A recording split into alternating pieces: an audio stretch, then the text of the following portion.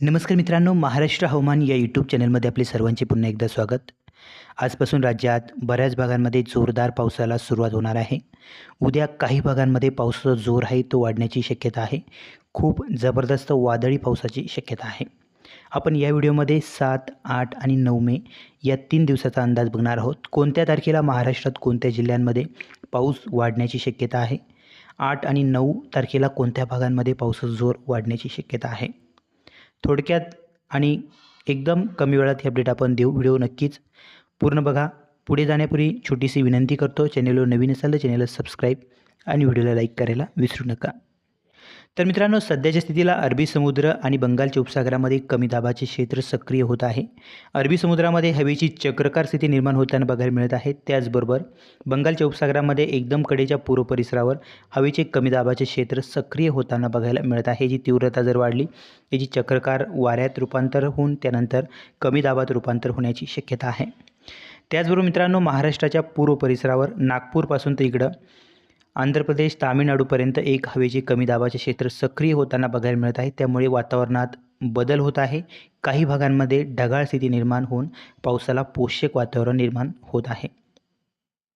आज 7 मे आजपासून राज्यात पावसाला सुरुवात होण्याची शक्यता आहे. आज पूर्व भागामध्ये, विदर्भाच्या पूर्व परिसरामध्ये, तसेच चंद्रपूर, गडचिरोली, नागपूरच्या वर्धा, भंडारा, गोंदिया या परिसरामध्ये तुरळक ठिकाणी, तर चंद्रपूर आणि गडचिरोलीमध्ये बऱ्याच ठिकाणी आज पावसाची शक्यता आहे. त्याचबरोबर नांदेडच्या एकदम कडेच्या पूर्व परिसरामध्ये तुरळक ठिकाणी, लातूरच्या एकदम कडेच्या पूर्व परिसरामध्ये तुरळक ठिकाणी आज वादळी वाऱ्यासह हलका ते मध्यम तुरळक परिसरामध्ये जोरदार पाऊस बघायला मिळू शकतो. चंद्रपूर आणि गडचिरोलीमध्ये आणि आसपासच्या परिसरामध्ये बऱ्याच ठिकाणी आज पावसाची शक्यता आहे. तर मित्रांनो, 8 मेला इतर भागांमध्ये देखील वातावरणात बदल होण्याची शक्यता आहे. नाशिक विभागामध्ये देखील काहीसं ढगाळ वातावरण बघायला मिळेल. तसेच एकदम कडेच्या दक्षिण भागामध्ये काही ठिकाणी हलका ते मध्यम वादळी पाऊस होण्याची शक्यता आहे. त्यामध्ये सोलापूरचा दक्षिण परिसर, लातूरचा दक्षिण भाग या परिसरामध्ये विखुरलेल्या स्वरूपात पावसाचे वातावरण बनताना बघायला मिळत आहे. तसेच नाशिक, अहमदनगर, इकडं मराठवाड्यातील बीड, छत्रपती संभाजीनगर या परिसरामध्ये विखुरलेल्या स्वरूपात दुपारनंतर काहीसं ढगाळ वातावरण काही ठिकाणी बघायला मिळेल. वातावरणात बदल होईल. तर 9 तारखेला काही भागांमध्ये पावसाचा जोर आहे तो वाढण्याची शक्यता आहे. 8 मेला एकदम कडेचा मराठवाड्यातील तसेच सोलापूरचा दक्षिण परिसर येथे विखुरलेल्या स्वरूपात पावसाचे वातावरण बनताना बघायला मिळत आहे. तुरळक ठिकाणी वाऱ्यासह पाऊस होण्याची शक्यता आहे. तसेच इकडे कापसी, कंकेर वगैरे एकदम कडेचा विदर्भाचा पूर्व परिसर या परिसरामध्ये ठिकठिकाणी हलका ते मध्यम पाऊस वाऱ्यासह होण्याची शक्यता आहे.